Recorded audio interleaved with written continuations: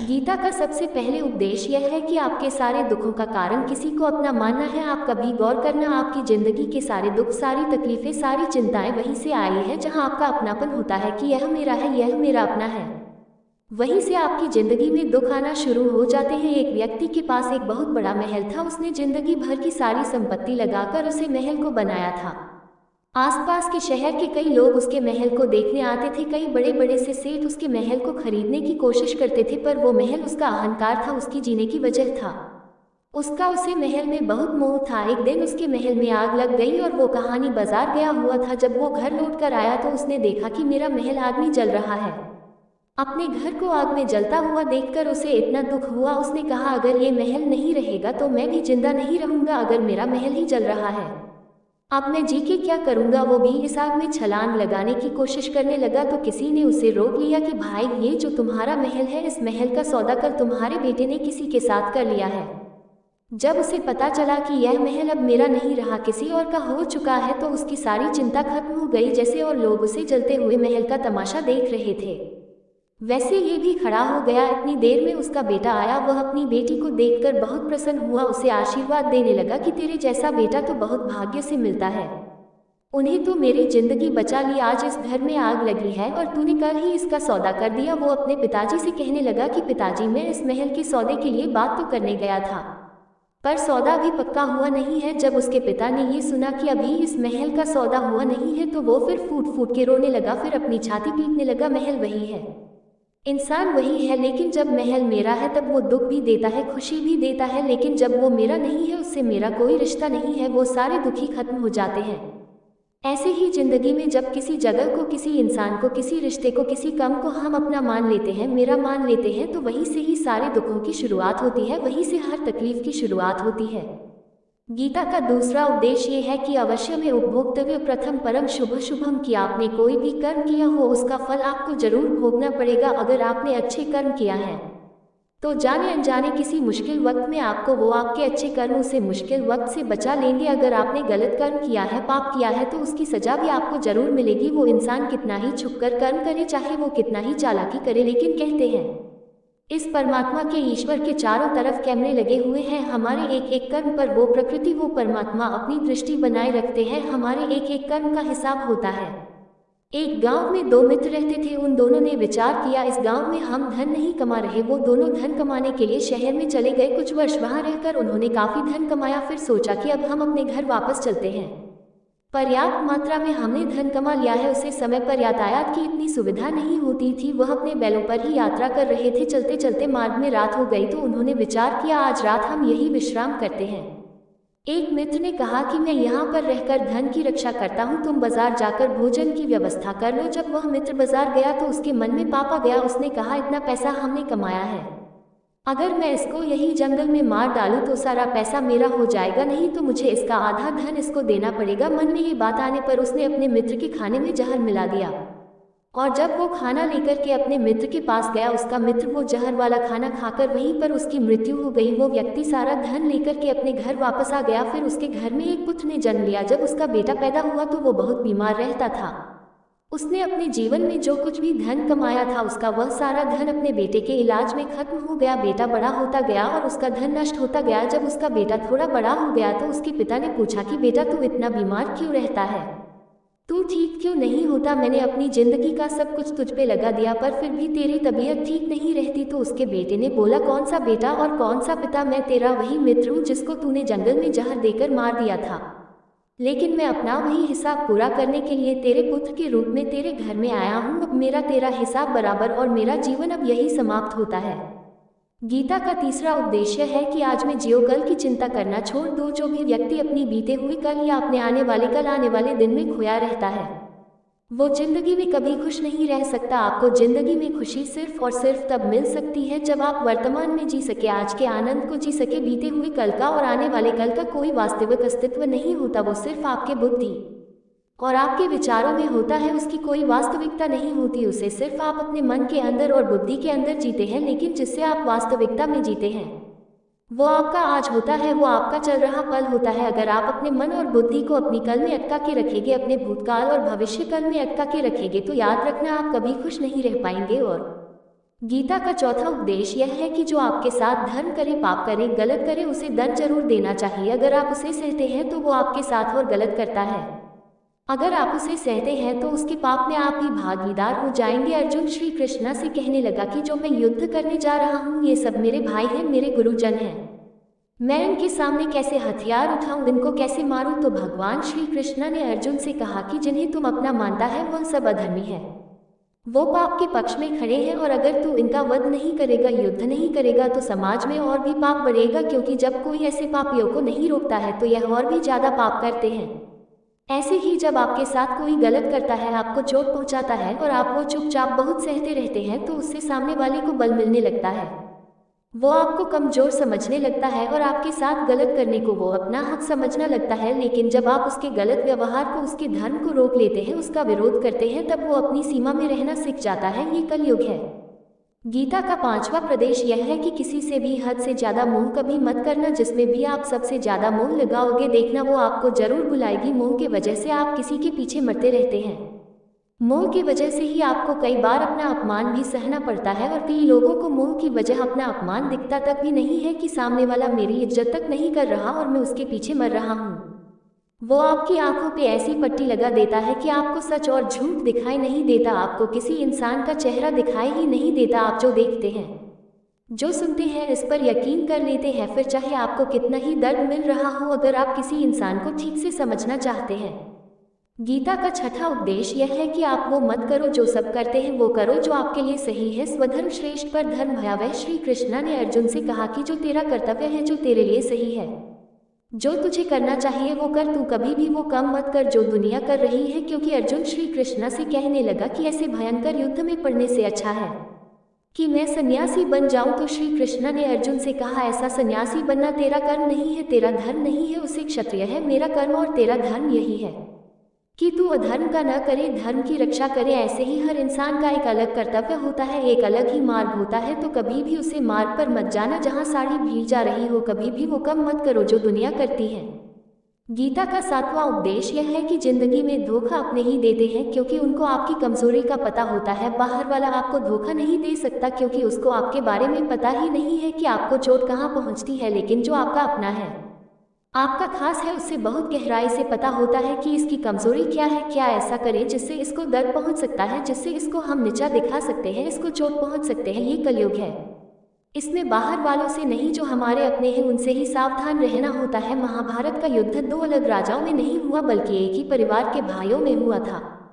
सब आपस में एक ही वंश के लोग थे। कितनी बार दुर्योधन ने जहर देकर के भीम को मारना चाहा, ना जाने कितनी बार दुर्योधन ने पांडवों को जान से मारने की कोशिश की। उसका पराया नहीं था, उसका भाई था। सारी लड़ाइयाँ घर के अंदर ही होती है, बाहर कौन लड़ेगा हमसे, घर में ही सारे झगड़ा होते हैं। तो गीता का आठवां उपदेश ये है, जो इंसान अपनी रक्षा खुद नहीं कर सकता, उसकी रक्षा भगवान भी नहीं कर सकते। श्री कृष्णा ने अर्जुन से कहा, अर्जुन तू हर पल में मेरा स्मरण करते रहना और युद्ध भी करते रहना। अर्जुन ने श्री कृष्णा से पूछा कि यह युद्ध तो कुछ दोनों में समाप्त हो जाएगा, लेकिन आप कह रहे हैं कि तू हमेशा हमेशा मेरा स्मरण करता है और युद्ध करते रहना। हमेशा युद्ध करने का क्या मतलब है? तो श्री कृष्णा ने अर्जुन से कहा कि जिंदगी ही रणभूमि है, इस जीवन में सुख दुख आते रहेंगे और चूंकि उनका डटकर मुकाबला करना है। श्री कृष्ण ने यह नहीं कहा कि तू चुप करके बैठ जाना और मैं लड़ाई कर लूंगा। बहुत गहराई है गीता के ज्ञान में। हमारे जीवन की डोर भी संभाल के ईश्वर बैठे हैं, लेकिन युद्ध हमें ही करना है। ईश्वर को याद करना है कि है ईश्वर मुझे शक्ति देना, मुझे समझ देना, मुझे बुद्धि देना, ताकि मैं अपनी जिंदगी की सारी लड़ाइयाँ जीत सकूं, मैं जिंदगी में सही मार्ग पर चल सकूं। लेकिन आपको अपनी लड़ाई भी खुद लड़नी पड़ती है। जो लोग ये कहते हैं कि हम कुछ नहीं करेंगे, सब वो ईश्वर करेगा, तो कहते हैं कि आलसी इंसान को देखकर तो भगवान भी घबरा जाता है।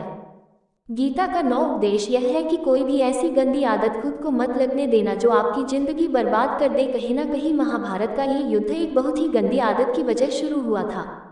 सारा खेल वहीं से शुरू हुआ था, एक ऐसी जुआ की लत जहां युधिष्ठिर ने अपने भाइयों को दांव पर लगा दिया, अपनी पत्नी को दांव पर लगा दिया। ऐसा जीतने का नशा कि अपना सब कुछ गवा दिया। ऐसे ही हम भी अपनी जिंदगी में जब कोई ऐसी गंदी आदत लगा लेते हैं, चाहे वो कोई भी हो, चाहे वो नशा की हो, मोबाइल की हो, किसी इंसान की हो, कोई गलत काम करने की हो, कोई भी गलत आदत जो आपको बर्बाद कर सकती है। गीता का 10वां उपदेश यह है कि आलसी इंसान कभी कुछ हासिल नहीं कर सकता। अधिकतर लोग सिर्फ योजनाएं बनाते रहते हैं, कि मुझे बड़ा घर चाहिए, मुझे बड़ी गाड़ी चाहिए, मैं दुनिया घूमने चाहता हूँ, यहाँ क्या चाहिए, ये हर कोई सोच लेते हैं, लेकिन उस पर मेहनत करना वो बहुत कम लोग करते हैं, क्योंकि चाहना बहुत आसान है लेकिन उसके लिए कर्म करना वो बहुत मुश्किल है। एक अच्छा फिट शरीर हर कोई चाहता है, लेकिन उसके लिए व्यायाम करना, एक्सरसाइज करना वो आपको ही करना होगा। जो इंसान आलसी बन के बैठ जाता है, ना उसे अच्छा शरीर मिलता है और ना ही अच्छा जीवन मिलता है। गीता का 11वां उपदेश यह है कि जिंदगी में अगर खुशी चाहते हो तो मन की गुलामी का त्याग कर दो। कई लोग कहते हैं कि हम करना तो बहुत कुछ चाहते हैं, लेकिन कुछ कर नहीं पाते। पता भी सब कुछ है कि क्या करने से हमारी जिंदगी बेहतर हो सकती है। हर चीज़ है जो हमको नुकसान पहुंचा रही है, लेकिन फिर भी कुछ कर नहीं पाते। समझते सब कुछ है, लेकिन समझ कर भी, चाह कर भी कुछ कर नहीं पाते। वो इसीलिए होता है क्योंकि आप अपने मन के गुलाम बन चुके हो। अरे लोग तो अपनी जीभ का स्वाद तक नहीं छोड़ पाते, फिर कहते हैं कि हम पतले नहीं हो पाते हैं, फिट नहीं हो पाते हैं, सक्सेस नहीं मिल रही है, क्योंकि जो आपको करना चाहिए आपको करते नहीं है। आपका मन सब कुछ समझकर भी आपको वो करने नहीं देता।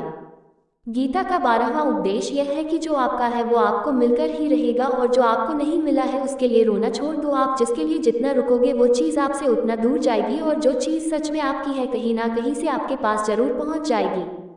गीता का 14वां उपदेश यह है कि जी इंसान को बात बात पर क्रोध आता है, सुख और शांति उसके जीवन में कभी नहीं आ सकते, क्योंकि जो इंसान बहुत ज्यादा क्रोधी होता है उसके सारे मित्र उसे छोड़कर चले जाते हैं। वो मन में भी कुढ़ता रहता है, वह अपने मन में भी दर्द में ही जीता है, तकलीफ में ही जीता है। ज्यादा गुस्सा करके, ज्यादा क्रोध करके जो भी आपके पास है, देखना आप उसे भी नष्ट कर दोगे, और ऐसे इंसान को शांति तो कभी मिलने वाली नहीं है। गीता का 15वां उपदेश ये है कि चाहे आप किसी की मदद करो या ना करो, लेकिन जानबूझकर कभी किसी का दिल नहीं दुखाना चाहिए, क्योंकि जब किसी का दिल आपकी वजह से दुखता है तो याद रखना आपको भी वो दर्द एक दिन जरूर मिलेगा। क्योंकि जब आप किसी का दिल दुखाते हैं तो आपको पता नहीं चला, लेकिन जब कोई आपका दिल दुखाता है तब आपको समझ में आता है कि दिल पर चोट लगे से कितना दर्द होता है। गीता का 16वां उपदेश है जो मुश्किल वक्त में, जो दुख के समय में आपका साथ दे, सिर्फ वही आपका अपना है, बाकी सब पराए हैं। अपनेपन का नाटक करने वाले बहुत लोग होते, बड़ी बड़ी बातें करने वाले बहुत लोग होते हैं कि हम आपसे बहुत प्रेम करते हैं। कोई भी दुख हो, कोई भी तकलीफ हो, हमें याद करना। लोग दुख उठाने की बात करते हैं, लोग अपनी जान की बात करते हैं, हाथ मिलने तो ठीक से नहीं जानते और दिल मिलने की बात करते हैं। जब सच में आपकी जिंदगी में तकलीफ आएगी तब आपको समझ में आ जाएगा कि आपका साथ देने के लिए कौन खड़ा है, क्योंकि उसी समय पे सारे लोग भाग जाते हैं, क्योंकि लोगों को पता होता है ये व्यक्ति हमारे पास आया तो हमसे मदद ही मांगेगा, हमको कुछ दे नहीं पाएगा। लोग आपसे सिर्फ तभी रिश्ता रखते हैं कि आप उन्हें कुछ दे सकते हैं। गीता का 17वां उपदेश है कि जो कुछ भी होता है अच्छे के लिए होता है, जो हो रहा है वो भी अच्छे के लिए हो रहा है, और जो आने वाले भविष्य में होगा वो भी अच्छे के लिए होगा। हालांकि ये बहुत गहरी बात है। कुछ चीजें जिंदगी में ऐसी होती है जो हमें लगता है कि मेरे साथ ही ऐसा क्यों हुआ, मेरे साथ ही होना था ये सब, लेकिन जब वो वक्त गुजर जाता है एक दिन हमको समझ आता है कि अगर हमारे साथ यह सब नहीं होता तो आज हम इस मुकाम पर नहीं होते। अगर मेरे साथ यह सब नहीं होता तो शायद हमारी जिंदगी और भी बर्बाद हो सकती थी।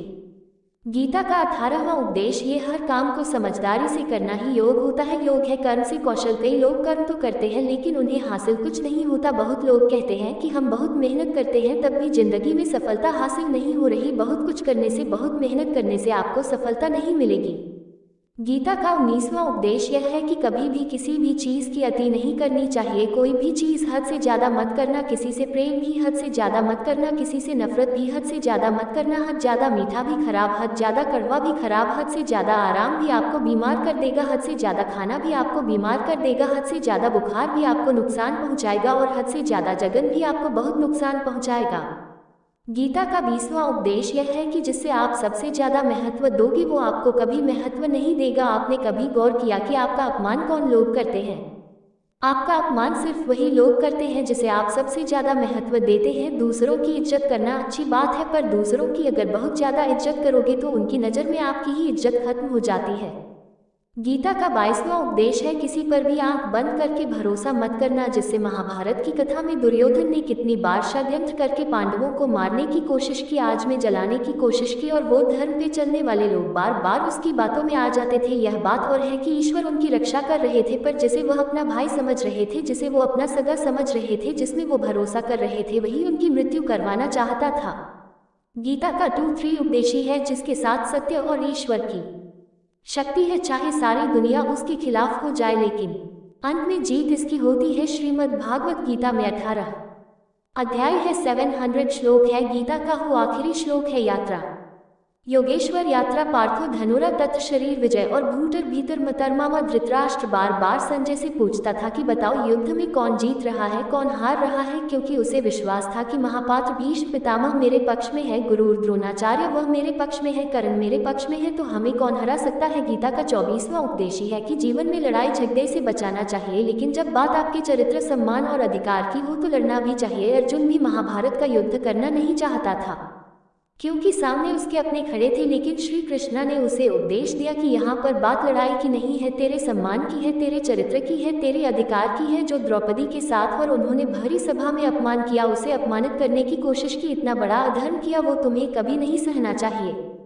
गीता का 25वां उपदेश है चाहे कितना भी बड़ा वक्त ही जाए, लेकिन जो इंसान जिंदगी में हिम्मत नहीं हारता वो सब कुछ हासिल कर सकता है। जब पांडव लोग जो में सब कुछ हर गए, उनको 12 साल के लिए वनवास मिला और 1 साल के लिए अज्ञातवास मिला। वो भिक्षा करके अपनी जिंदगी को जी रहे थे, जंगलों में भटकते रहते थे, भयानक जानवरों के बीच, लेकिन इतना मुश्किल वक्त झेलने के बाद भी आखिरी में विजय उन्हीं की हुई। गीता का 26वां उपदेश यह है कि जो किसी और का है उस पर कभी अधिकार मत जमाना, कभी कब्ज मत जमाना। जब शकुनी ने षड्यंत्र करके पांडवों को हस्तिनापुर से अलग करवा दिया, एक खांडव प्रस्थ का राज दे दिया, जहाँ की भूमि भी बंजर थी, जहाँ कुछ नहीं हो सकता था, लेकिन पांडवों ने उसे शहर को इतना सुंदर बनाया, इतना वैभवशाली बनाया कि हस्तिनापुर भी उसके आगे फीका लगने लगा। और उनके उस वैभव को देखकर, सुख को देख के दुर्योधन अंदर ही अंदर जलता था। उसने कई बेईमानियां करके, षड्यंत्र करके उनका वो खांडव प्रस्थ उनसे छीन लिया, जो चीज उसकी नहीं थी उसी पर कब्जा किया। गीता का 27वां उपदेश यह है कि वही इंसान जिंदगी में सफल माना जाएगा जो अंदर से हमेशा खुश रहता है। बाहर से तो सब खुश दिखाई देते हैं, लेकिन अंदर से इंसान अशांति से भरा रहता है। बहुत पैसा काम लिया, कामयाबी हासिल कर ली, लेकिन वो कामयाबी असली नहीं है। गीता का 28वां उपदेश जो है कि आप जैसा अनुभवोगे वैसा ही आपका मन और आपकी बुद्धि होगी। अब वैसा ही कर्म करोगे, वैसा ही आचरण करोगे। सात्विक अनुभव तो आपका मन भी सात्विक होगा, सात्विक व्यवहार भी करोगे, सोच भी आपकी अच्छी होगी। तामसी और रजोगुनी आहार करोगे तो आपकी बुद्धि भी वैसी होगी, आप कर्म भी वैसे करोगे। श्री कृष्ण ने भागवत गीता में सात्विक और तामसी इन तीनों आहारों का विस्तार से वर्णन किया है। गीता का 29वां उपदेश है कि बुरा इंसान कभी अपनी बुराई नहीं छोड़ेगा, चाहे आप उसके साथ कितना भी अच्छा करो वो आपको तकलीफ देगा ही देगा। इसलिए जो जैसा है आप उसके साथ वैसा ही व्यवहार करो। बुरे इंसान के साथ आप कितना भी अच्छा बन जाओ, कभी अच्छा नहीं बनने वाला। दुर्योधन जंगल में पांडवों को मारने के लिए गया था, लेकिन वहां पर भीलों ने दुर्योधन को पकड़ लिया। उसका मित्र कर्ण भी उसे छोड़कर भाग गया, वो भी दुर्योधन को मार देना चाहते थे, लेकिन युधिष्ठिर अपने भाई की रक्षा करने के लिए वहां पहुंच गया, उसके जीवन की रक्षा की, लेकिन उसके बाद भी वो हमेशा पांडवों का नुकसान ही करता रहा। गीता का 30वां उद्देश्य है कि जो इंसान अपने कामों को समय से खत्म नहीं करता, समय की कदर नहीं करता, उसकी जिंदगी का सारा समय व्यर्थ में ही समाप्त हो जाता है, क्योंकि समय ही आपका जीवन है। अगर आप समय को व्यर्थ ही नष्ट करते रहेंगे, व्यर्थ के कामों में गवा देंगे, तो आपको जीवन में कुछ भी हासिल नहीं होगा।